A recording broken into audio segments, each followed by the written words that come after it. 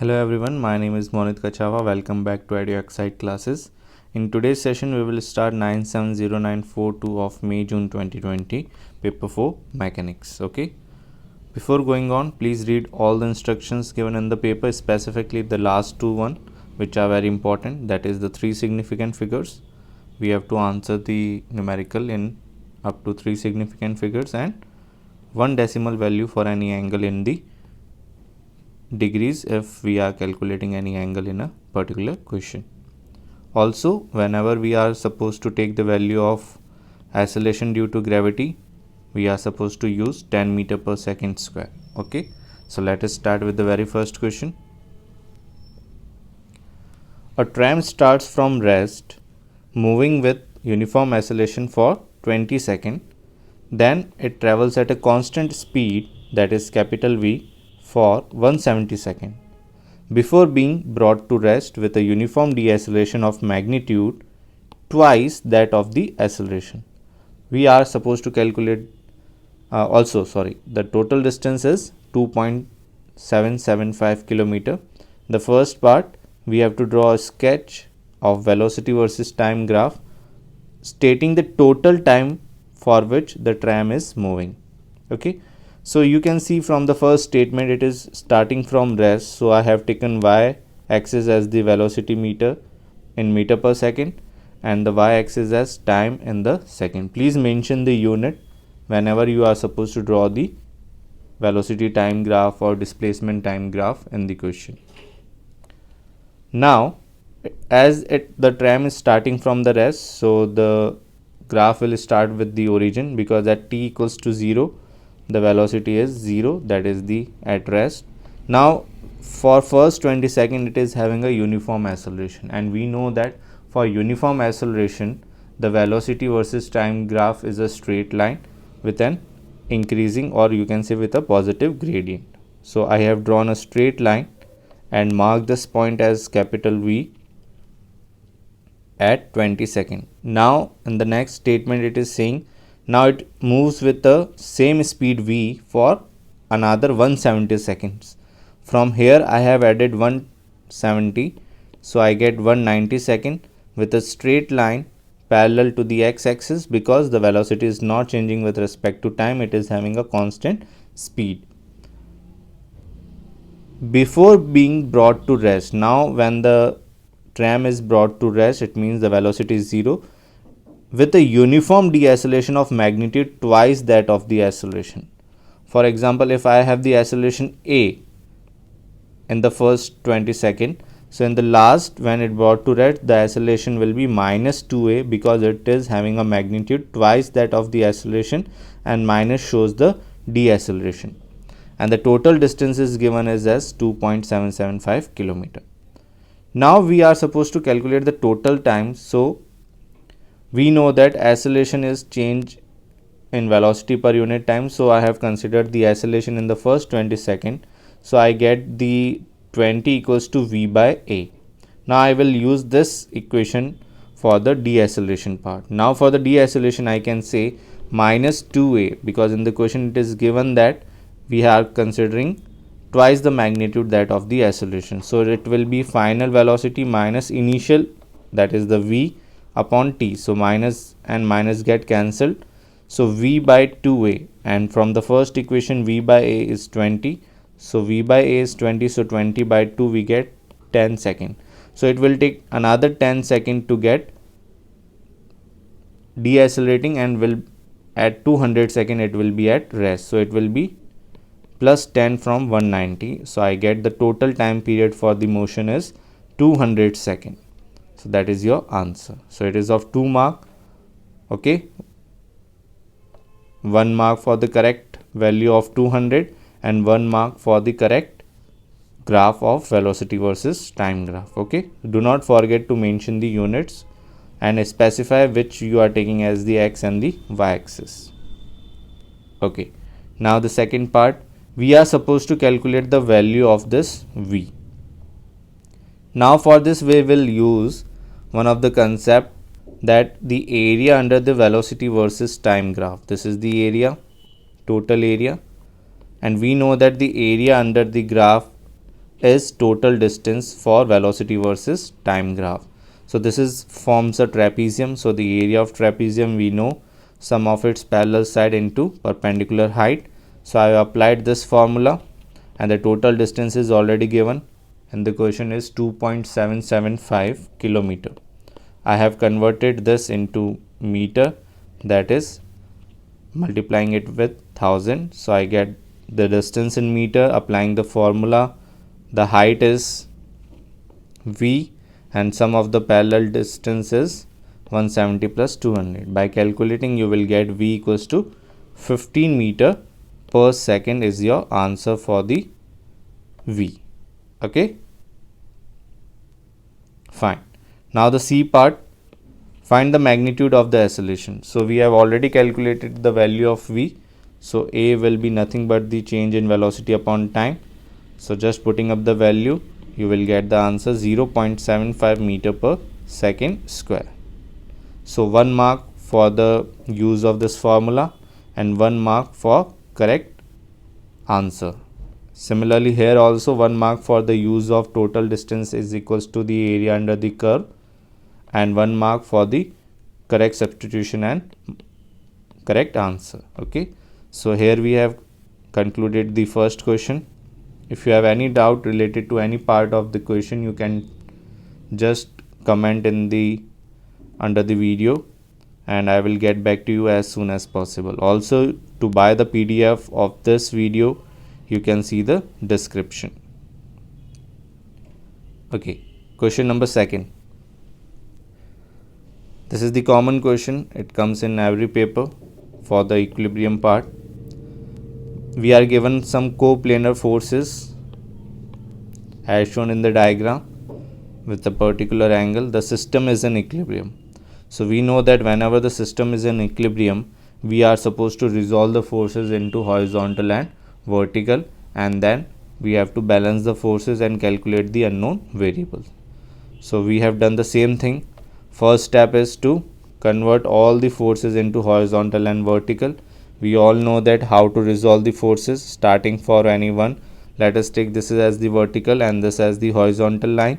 So 20 Newton with this angle theta, it will be 20 cos theta in the positive x direction and simultaneously 20 sin theta in the negative y direction. Okay, so this has been resolved. Now comes to this P Newton acting at 30 degree. So P cos 30 and P sin 30. So this has been resolved. Now 3Pn, again 3P cos 30 for the negative x direction and 3P sin 30 in the positive x direction. So I have resolved and make out the equation for vertical direction. So for vertical direction, as the system is in equilibrium, so the forces which are acting in the opposite direction must be equal. So 4P plus 3P sin 30 will be equals to 20 sin theta plus P sin 30. So this is the first equation for the vertical direction. Simultaneously, I will make out the equation for horizontal direction, which will be equals to 3P cos 30 plus P cos 30 will be equals to 20 cos theta. Now by solving these two equations, you will get the value for cos theta and sin theta.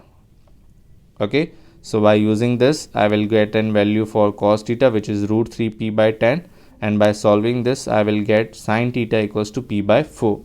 Now we have a very important relation between sin square and cos square. Using this identity, that is sin square theta plus cos square theta is always equals to 1, and we have sin theta and cos theta in terms of P. So just putting up the values, we get P equals to 3.2879. By now converting into 3 significant figure, we get 3.29 as the value of P.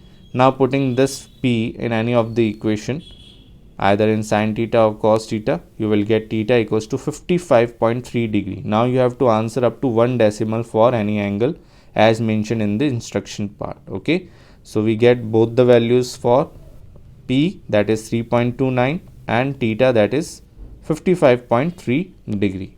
Okay, so this is of 6 marks. 1 marks for the distribution or resolution of forces, 1 mark for correct vertical and horizontal equation, total of 3 marks. Then 1 marks for solving of the equation using vertical and horizontal then 1 mark for your correct P answer and 1 mark for your correct angle. So it will be total 6 marks.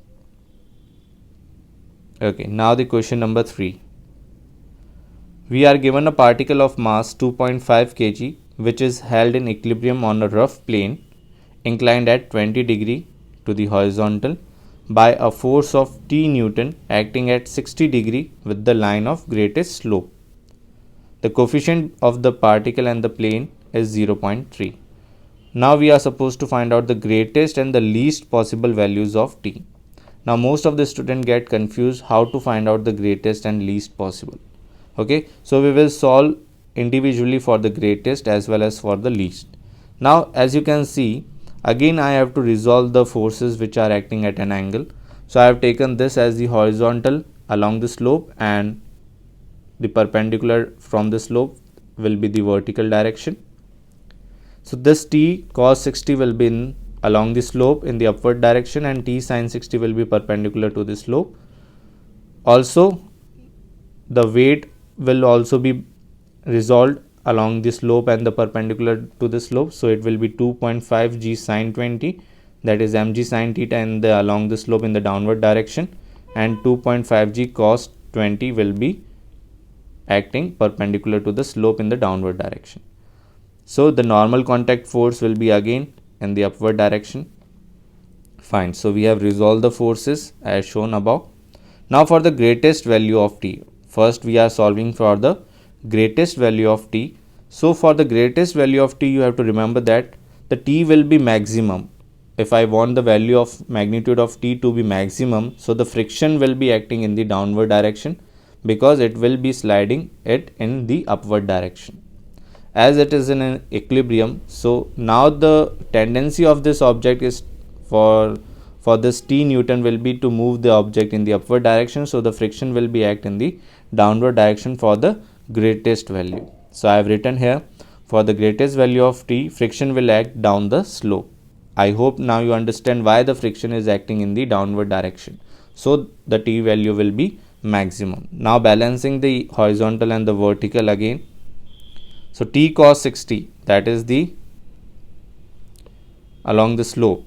So T cos 60 will be mg sin 20 plus friction, where n is the normal contact force. So we can find out the value of n equals to 2.5 g cos 20 minus T sin 60. Okay. So I have used that only. Now solving for T, again in this you have to put the value of n, nu, g we have to take tan, and rest we have to solve for the T. Now for solving you will get T equals to 20.5 Newton. So we get the greatest value of T as 20.5 Newton, for which the system is in equilibrium. Okay. So only you have to put up the values and solve for the T. Fine. We have to significant figure, we have to round it off into 3 significant figure. Now the next part is for the least value of T. Now if you want for the least value of T, it will be have the tendency of the block to slide it down due to this force. So the friction will act in the opposite direction, or you can say in the direction of T cos 60. So the direction of friction only gets changed. This is the most important point student have to remember. Whenever you are supposed to find out the greatest and the least value, the friction is the only force which will change its direction to find out the greatest and the least value. Okay. So again you have to make out the equation along the slope, that is friction plus T cos 60, this force will be equals to 2.5 g sin 20. Again n will be, you have to put the value. Solving for T, you will get 6.2566, rounding off into 3 significant figure, you will get value 6.26 Newton for the least value. Okay. So we get two values for the tension. One is 20.5 Newton greatest value and 6.26 Newton the least value. Okay. Now the next question. This is the question related to your momentum. Okay. So read this very carefully. because there are chances of doing mistakes in the questions of collisions and the momentum. Fine. So let us do this question. Small smooth spheres A and B of equal radii and masses 4 kg and 2 kg respectively. So I have drawn a horizontal line on a smooth horizontal plane. There are two spheres A and B. Masses are given to us. The initially B is at rest. This is at rest. So I have mentioned the initial velocity of B as 0.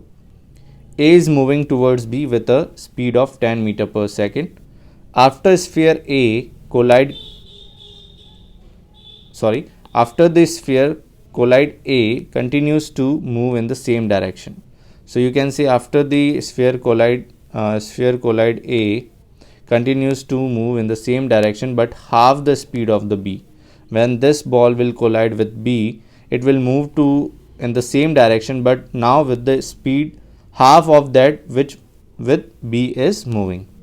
So I have mentioned the initial condition here and the final condition after collision. Let us assume we have to calculate the speed of B after the collision. So I have question mark this, and in the question it is given that the velocity of A after the collision will be half of the velocity of B.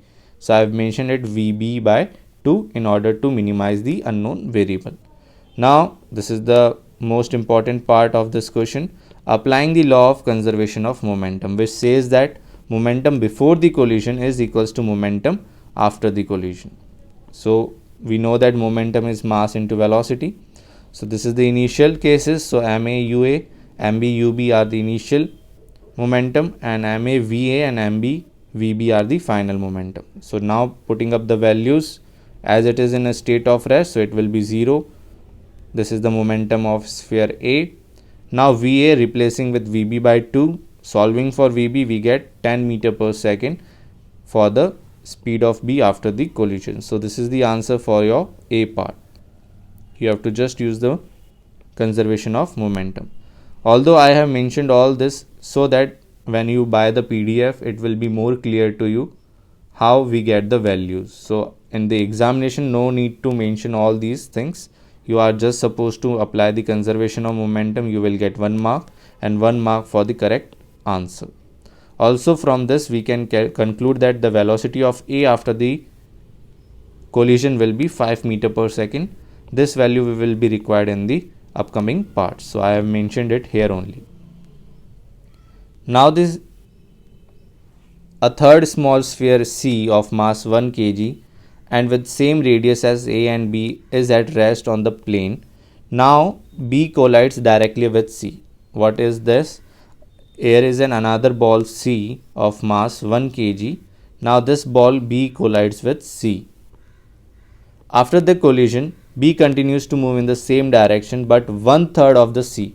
Now this is the same case what we have done in the above part. Again we have to show there is another collision between A and B. Now please make sure we are supposed to show that there is another collision of A and B. Now if we understood this situation here, C is a ball which is just after B and B is colliding with C. So after the collision B is moving in the same direction it is given to us, and A is also having the velocity after the collision in the same direction. Now if we see this situation, what is the case that A and B after the collision with C will have the collision again. So that will be the only case when we prove that the velocity of A will be greater than the velocity of B after B get collide with the C. Are you getting my point? I am saying that the velocity of A should be greater than the velocity of B when B collide with C. This is the velocity of B when it has already been collision with the C ball. Okay. So this only we have to prove. VA we have already calculated, which is 5 meter per second. So now we have to calculate the velocity of B after the collision with ball C. So let us see. So again we have applied the conservation of momentum for the collision of B and C. So C is in a state of rest, so it will be 0. Initial velocity of B that we have calculated in the above part, we will use this as the initial velocity. Now in the question it is says that the velocity of B will be 1/3 of the velocity of C. So we get the velocity of C as by putting up the values as 12 meter per second. So the velocity of B will be 12 by 3, which is 4 meter per second. And the velocity of A is 5 meter per second, which we have already calculated here. So we just have to show that now in 4A part the velocity of A is 5 meter per second and the B is 4 meter per second. So we can say that velocity of A is greater than velocity of B. So there will be another collision between A and B. Okay. So this is of 3 marks. So 1 mark for the showing applying the conservation of momentum for collision B and C, 1 mark for the velocity of B, and 1 mark for comparing the velocity of A and B and showing it. So you will get 3 marks for it. Now in the C part, A and B collides during this collision. Now when in the B part they are having another collision, now it is saying A and B join during this collision. Find the total loss of kinetic energy in the system due to 3 collision. What are the 3 collision? First there is a collision of A and B, second there is a collision of B and C, and then again A and B. So we have to calculate the total loss of the kinetic energy in the system. So for that we should know what will be the velocity when A and B get collide after the collision. Again applying the law of conservation of momentum. Now you can see as they get coalesce, so the mass of A and B will be added. So we get the common velocity for A and B when they coalesce during the collision. It comes out to be 14 by 3 meter per second. Now for the total loss in kinetic energy, I have used the magnitude because we are supposed to calculate the magnitude. So final kinetic minus initial. So loss will be, or you can also answer this as initial, because loss will only be there when initial is greater than final. So initial minus final. You can use this equation as well. But I have taken the mod, so it doesn't matter, magnitude will be the same. So now we are supposed to know the final and the initial kinetic energy for the system. But when we read the question, initially there was kinetic energy of the system will be only due to sphere A, because only sphere A is having some initial velocity. The B and C are at rest. Okay. So initial kinetic energy half mv square, mass of A, velocity, initial velocity of A. So we get 200 joule, that is the initial kinetic energy of the system. And the final kinetic energy, if we consider, the mass A and B has been coalesced, and this is the common velocity. Also C is moving when B and C has collided. The ball C is still having some velocity in the system. So we have just put up the common velocity which we have calculated above, and the velocity of C which we have calculated here, 12 meter per second. So just by calculating these value and putting up in the equation, you will get final kinetic energy as 137.33 joule. Okay. Now putting the both value 200 and 137.33 in this equation, you will get the mod 62.67 on infraction 188 by 3 joule. So this will be your answer, or you can say the loss in kinetic energy during for the whole system in the complete collisions. Okay. So this will be your answer. Fine. Okay, now the question number 5. A car has a mass 1250 kg moving on a straight road. On a horizontal section of the road, the car has a constant speed of 32 meter per second. It is having a constant speed of 32 meter per second, and a constant resistive force is acting on the car of 750 Newton. We are supposed to calculate in kilowatt, that is the power developed by the engine of the car. Okay. So this is the case here. So we know that power is nothing but the driving force into velocity, and for constant speed, if the speed is constant, always remember the driving force will be equals to resistive force, because F net will be equals to 0. The most famous equation of mine is F net is equals to driving force minus resistive force. Okay. For a constant speed, F net is 0 because acceleration is 0 at constant speed. So you will have driving force equals to resistive force. So here the resistive force is 750 Newton. So I can conclude that the driving force will also be equals to 750, and the constant speed is 32. So by putting up the values and converting in kilowatt, you will get 24 kilowatt as your power developed by the engine, and this will be your answer for the first part. Now in the second part, given that the power is suddenly decreased by 8 kilowatt, the power has been decreased by 8 kilowatt, find the instantaneous deceleration of the car. Now we know that the power has been decreased by 8, so now the power of the car is 16 kilowatt. So the driving force produced during this case will be, for the speed 32, will be 500 Newton. So the driving force produced by the engine has been decreased to 500 Newton.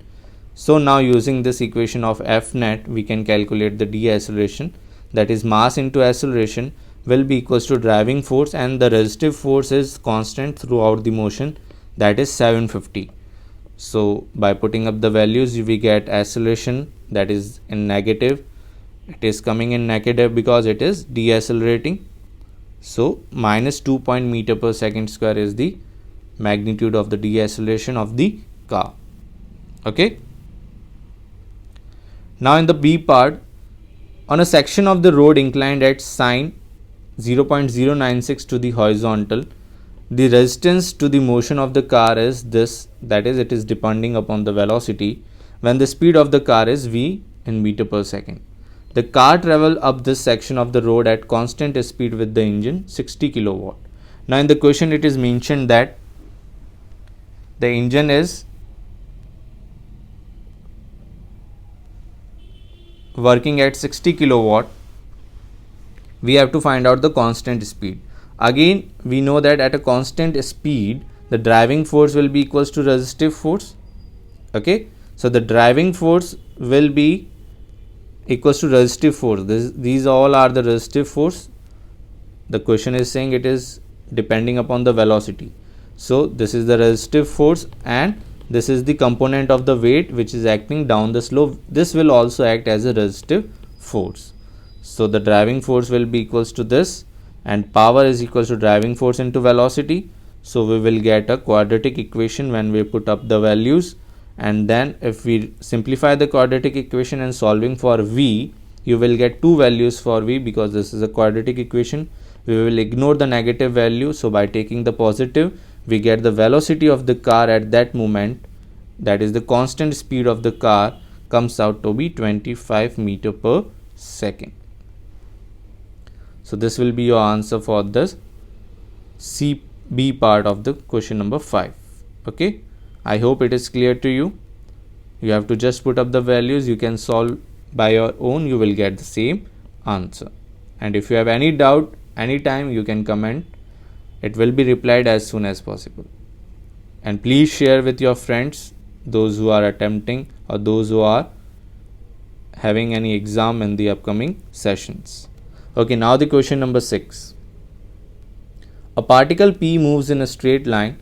The velocity of the particle at different time is given by the given equation.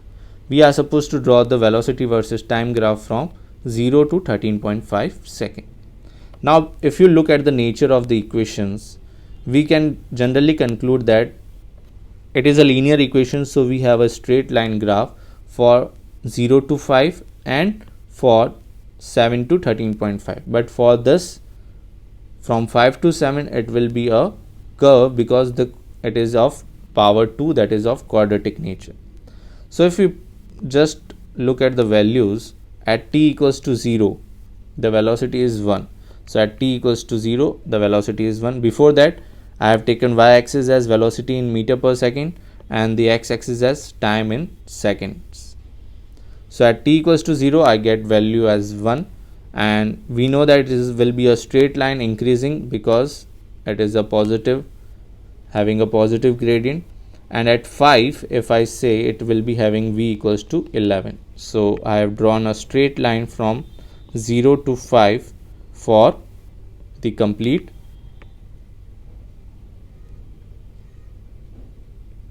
speed. I get a straight line from 0 to 5. Now if you see, at 5 again it will be 11, and if you put the value 6, so 6 square is 36, so 36 minus 36 will be 0. So at 6 it will be 0, and if you put the value as 7 you will get minus 13. So I have just drawn a freehand curve from 5 to 7 where at 6 the velocity is 0. Okay, now for 7 to 13.5 it is 2t minus 27, so at 7 it is again minus 13, and at 13.5 if you put 13.5 into 2 you will get 27, so 27 minus 27 again 0. So I have just drawn a straight line with a decreasing gradient, okay, negative gradient. So this will be the answer for your A part. So 3 marks for 0 to 5, 1 mark for this, 1 mark from 5 to 7, and 1 mark from 7 to 13.5. okay, fine. Now in the B part, find the acceleration at the instant when t is equals to 6.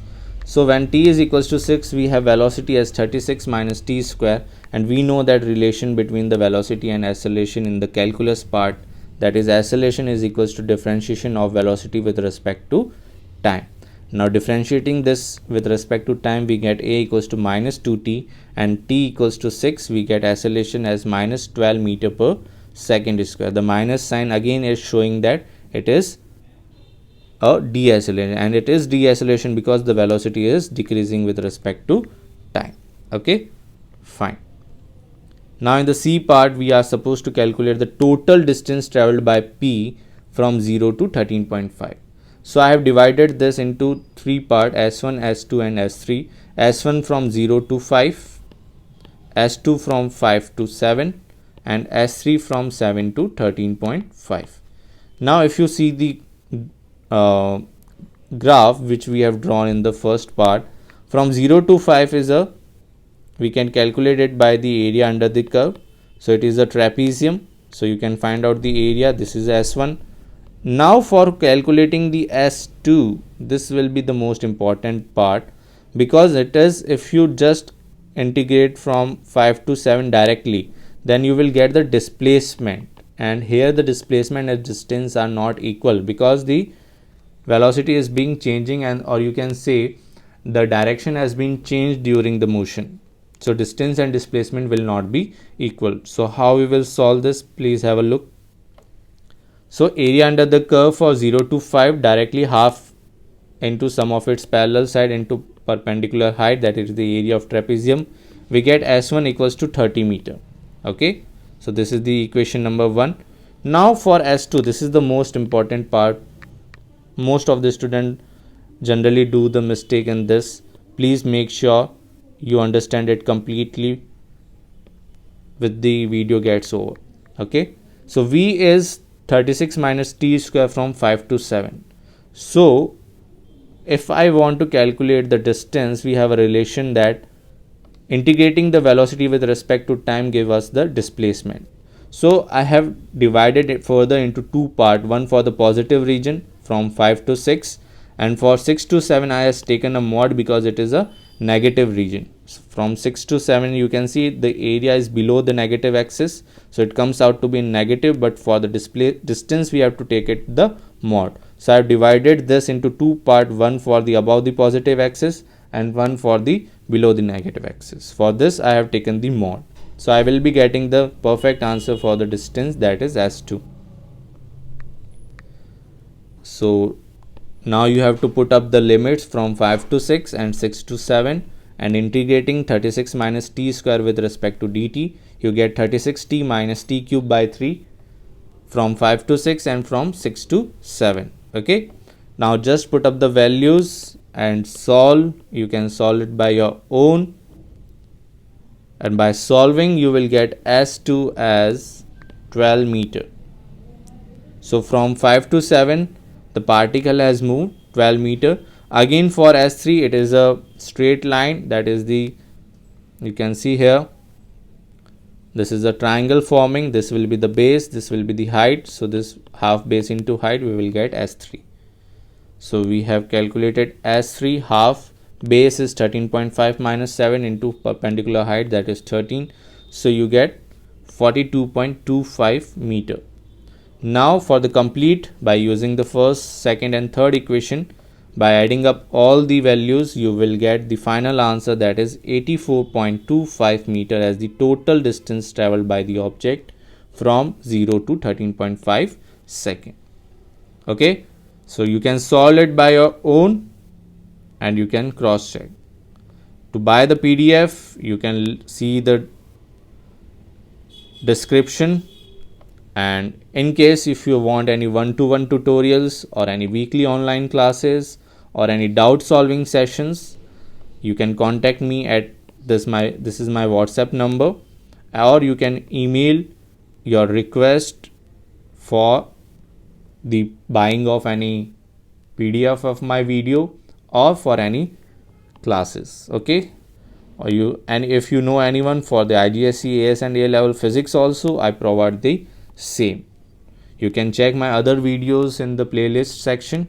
If you like this video, you can subscribe my channel for the latest update. Okay, and please share with your friends and students or teachers, or if you have any doubt, you can comment it anytime. It will be replied as soon as possible.